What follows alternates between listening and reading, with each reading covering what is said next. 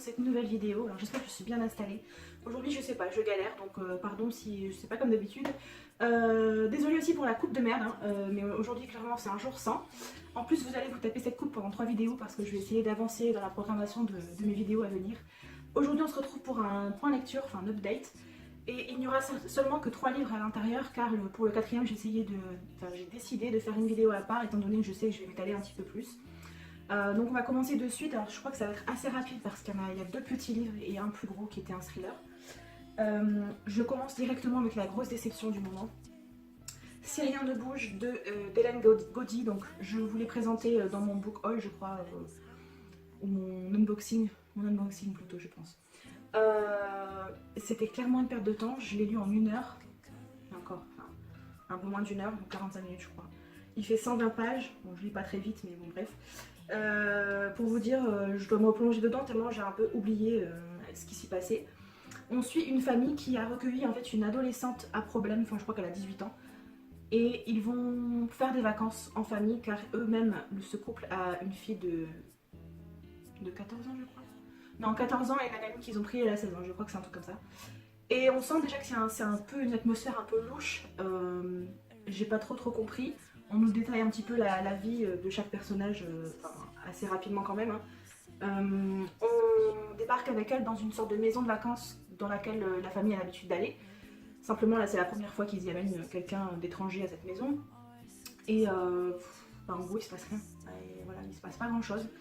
Les 2 jeunes filles s'apprivoisent peu à peu car elles sont hyper différentes et on sent que ça coince un petit peu. À un moment donné, j'ai eu l'impression que la fille du couple, donc Nina, qui s'appelle Nina, avait une attirance pour la jeune fille qu'ils ont recueillie qui s'appelle Sabine. Alors je pensais qu'elle allait avoir genre un premier flirt ou enfin, ça se peut, voilà, je m'attendais, je sais pas trop à quoi je m'attendais d'ailleurs. Mais en fait non, il se passe rien du tout, on est beaucoup dans la tête de la jeune Nina et on sent que Sabine elle a une influence un petit peu néfaste sur elle jusqu'à ce qu'il se produise un drame lors de leurs vacances. Enfin, j'ai pas trop compris, on me parle d'un chien, enfin voilà, pour moi c'était clairement, ça m'a servi à rien, j'ai perdu 1 heure de mon temps. Ça m'a rappelé très légèrement Bonjour Tristesse de Françoise Sagan par rapport au contexte, c'est-à-dire un endroit, une maison un peu familiale, des vacances au bord de la plage, enfin comme des vacances classiques hein, en somme, et des questionnements intérieurs de jeunes filles, parce que là c'est en 14 et 16 ans, voilà. Et après, en gros, ce que je retire de ce livre, c'est qu'il faut se méfier des adolescents. Voilà, c'est tout ce qui a attiré de ce truc pour moi, ça vaut vraiment pas le coup. Next. J'ai lu un classique pour cet update, qui est La cantatrice chauve de Ionesco. Et c'était suivi de La leçon également dans ce tout petit livre qui fait même pas 100 pages, je crois. Ouais. J'ai vu que Sabrina avait lu ce titre il n'y a pas si longtemps que ça. J'invente des expressions, ouais, c'est pas grave. Et bon après voilà, c'est assez spécial, hein. C'est du ridicule, c'est de l'absurde. Donc pièce de théâtre évidemment. J'ai fait une critique un petit peu plus détaillée sur après coup, hein, parce que voilà, le premier sentiment après l'avoir lu, c'était pas tout ce que j'ai expliqué dans mon commentaire. Comme d'habitude, les liens sont en barre d'informations, donc ça vous dirigera directement sur mes critiques sur Babelio. Ici, on va suivre dans la première pièce, la cantatrice chauve, 2 couples, une bonne je crois, et un pompier, en gros. Et il n'y a pas vraiment d'histoire en fait, c'est-à-dire que la scène démarre par un couple qui attend, on ne sait pas ce qu'ils attendent, et ils ont une conversation mais complètement absurde sur... déjà la première partie c'est vraiment pour nous dire qu'on est dans une famille anglaise qui boit du thé anglais, qui fume sa pipe anglaise et sa dame qui est anglaise. Il y a déjà énormément de répétitions, rien que dans le paragraphe d'introduction de la première scène. Alors j'ai dit bon ok, déjà ça pose les bases, je sais que je vais partir sur un truc complètement what the fuck. Je connaissais juste de nom la cantatrice chauve, hein, je n'ai jamais vraiment, je me suis jamais vraiment plongée dedans ou posé la question de savoir de quoi ça parlait. Si on prend la pièce juste comme ça à la fin après l'avoir lu, on se dit qu'on a lu un truc qui avait ni queue ni tête. Alors certes, il y avait 2-3 petites remarques, 2-3 petites phrases qui pouvaient être drôles quand même, au niveau de la... Si on prend, il y a des trucs quand même qui me sautent aux yeux dans le sens où on sent que c'est quand même une critique d'une certaine bourgeoisie de l'époque. La pièce elle est sortie en Je sais plus. Bah, bref, je vous le remettrai en commentaire. Je vais pas dire de bêtises là maintenant. Dans les années 50, là, je crois. Euh, voilà, donc c'est. On nous dit bien de toute façon sur la première page, la cantatrice chauve, anti-pièce, suivie de la leçon drame comique. Drame comique déjà, enfin voilà. Donc ça donne un petit peu l'idée de ce qui va se passer. J'ai donc, après coup, réfléchi au sens caché un petit peu. Enfin, j'ai essayé de regarder des différents avis pour essayer de me conforter dans ce que moi j'avais ressenti ou pas. Et en fait, oui, j'ai bien remarqué que c'était quand même pour dénoncer une certaine bourgeoisie de l'époque, à savoir les gens qui ne se focalisent que sur les apparences, que sur les choses qui doivent être convenables, entrer dans des cases, voilà, un petit peu tout ce genre de choses.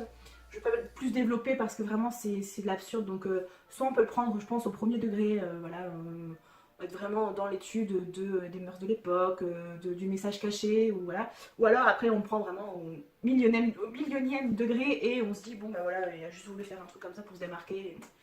Et ça nécessite rien de plus comment je perds mes mots déjà, ça commence bien. En analyse, voilà. La leçon, c'était un petit peu pareil. On suit un professeur de tout, en fait, qui reçoit des jeunes gens chez lui. Donc là, on parle d'une fille, après, je sais pas s'il y avait aussi des garçons. Et en gros, il leur apprend des choses. Alors au début, il s'extasie sur l'intelligence de son élève, alors que c'est genre 1 plus 1 égale 2. Bravo, tu es merveilleux. Donc déjà, on sent le côté absurde de la chose. Et après, au plus on avance dans la pièce, au plus le professeur devient complètement taré et barjot, il pète un câble, si bien qu'à la fin, il tue l'élève. Voilà, donc c'est un spoil, désolé. De toute façon, en 40 pages, je crois que vous l'auriez vite découvert. Hein. Et on apprend juste à la suite que ce n'est pas la première fois qu'il fait ça. Parce que sa bonne, elle dit, en gros, ce sera juste la 40e fois aujourd'hui. Ok. Critique sociale, critique de la justice de l'époque, je ne sais pas. J'ai préféré ne pas trop m'attarder sur cette partie-là. Je vais passer directement au troisième livre de cette vidéo, car là je crois que je vais avoir un petit peu plus à dire. Il s'agit d'un livre d'occasion que j'avais trouvé, je sais plus trop, comme d'habitude, hein, vous connaissez, j'achète un peu partout, donc je ne me rappelle plus exactement où je les ai trouvés. Chambre froide de Tim Weaver, édition Paul Noir, non c'est MA édition, pardon, collection Paul Noir plutôt. Ici, on va suivre un homme qui a perdu sa femme car elle était malade d'un cancer, je crois, donc elle est morte quand même relativement jeune. Hein. Je pense qu'ils n'étaient même pas dans leur cinquantaine, je crois. Si je me rappelle bien, dans la quarantaine. Notre homme s'appelle David Racker. Donc, d'ailleurs, je pense qu'on l'appelle plus souvent David dedans que. Bref, peu importe. Il s'appelle David Racker et c'est une sorte d'enquêteur, un détective privé qui recherche des personnes disparues. Il a toujours fait ça, enfin, c'est sa femme qui l'a un peu poussé à faire ça. Il a aidé à résoudre pas mal d'affaires. Et en gros, il va être contacté par une connaissance à lui, qui est une femme qui, elle, a perdu son fils quelques années plus tôt, je crois. Je sais, non, ça fait pas si longtemps qu'il est mort. Et il avait disparu pendant 5 ans avant cette période, enfin avant ce moment où on l'a. Donc cette femme se présente à lui un beau jour et elle lui dit: écoute, je voudrais que tu enquêtes sur mon fils. Je veux savoir où est-ce qu'il est. Alors bien sûr, David lui dit: écoute, ton fils est mort, enfin voilà, je sais que c'est pas évident, faut passer à autre chose, machin. Et en gros, elle lui explique qu'il n'est pas mort car elle l'a vu. Elle est persuadée que c'est lui qu'elle a vu il y a X temps à tel endroit, donc elle lui explique exactement comment ça s'est produit. Lui, avec toute la bonne volonté qu'il y met, bon, il va la croire à moitié, on va dire, et il va commencer son enquête en ayant plutôt pour but de découvrir les 5 dernières années de sa vie à ce jeune homme et savoir pourquoi il a disparu sans laisser d'adresse, sans laisser aucune trace. Un beau matin, il a juste disparu dans la nature. Donc il avait une petite amie qui ne l'a pas prévenu, il avait sa maman, voilà, il a quitté toute sa famille sans rien dire. Cette femme, elle a également chez elle son mari qui souffre d'Alzheimer. Donc, en gros, il ne sait plus que son fils a disparu. Voilà, enfin, il parle même plus, quoi. C'est presque pratiquement un légume, hein, si j'ose dire. Et l'enquêteur, donc David, va remonter plusieurs pistes très rapidement. Il va essayer de savoir où est-ce que, comment, où est-ce que le jeune homme qui s'appelle Alex était parti, pourquoi il était parti. On est très vite sur une piste quand même, je trouve. C'est ce qui m'a plu en fait dans ce roman, c'est qu'on démarre l'action directe. Voilà. On passe pas 15 chapitres à nous dire oui, il est enquêteur parce qu'il a perdu sa femme. On n'a pas de moment avec sa femme où on raconte un truc vite fait. Voilà, c'est pas, on n'a pas sa vie détaillée ou ses 6 derniers mois avant qu'il trouve une enquête. Non.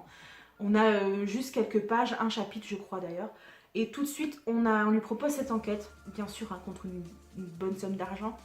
Et il va réfléchir, je crois, 2 jours, je sais plus, et il va accepter. Et j'ai adoré. Enfin, déjà, voilà, sachez que c'est un truc qui m'a vraiment, vraiment plu. Comme vous le savez, c'est une enquête thriller, donc je ne peux pas vous dévoiler tous les points de l'intrigue sans vous dévoiler ce qui va se passer.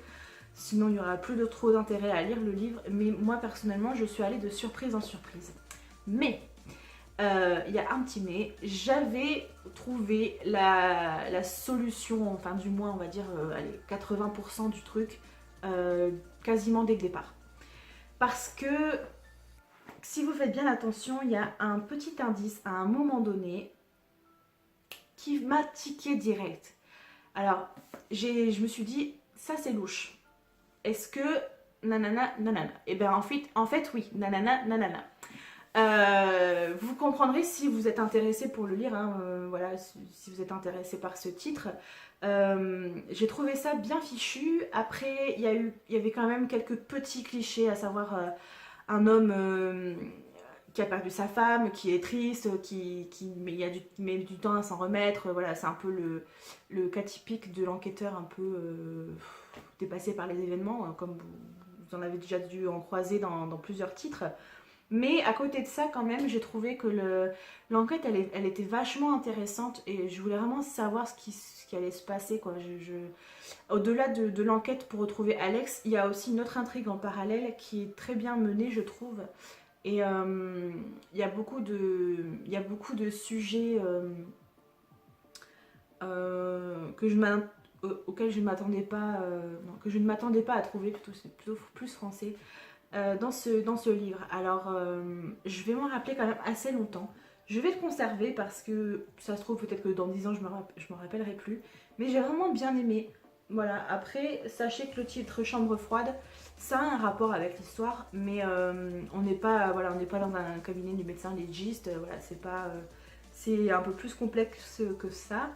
D'ailleurs, à un moment donné, on se retrouve dans un endroit qui fait froid dans le dos avec plusieurs personnes à l'intérieur. Enfin, vous allez voir, c'est assez creepy, comme je le dis souvent.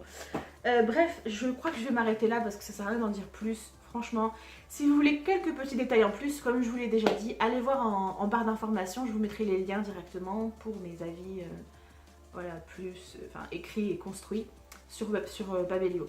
Je vais vous laisser pour cette vidéo, je vais essayer de tourner à la suite tout de suite, oui, c'est logique.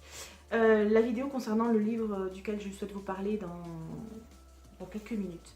N'hésitez pas à me dire en commentaire s'il y a des titres que vous connaissez, si vous les avez aimés ou non, par exemple sur la cantatrice chauve, hein, je sais que c'est très très célèbre.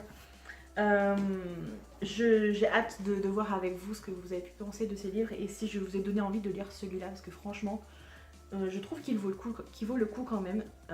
Personnellement, moi je ne suis pas spécialisée dans les thrillers ni rien, donc je connaissais pas Tim Weaver, j'aime beaucoup.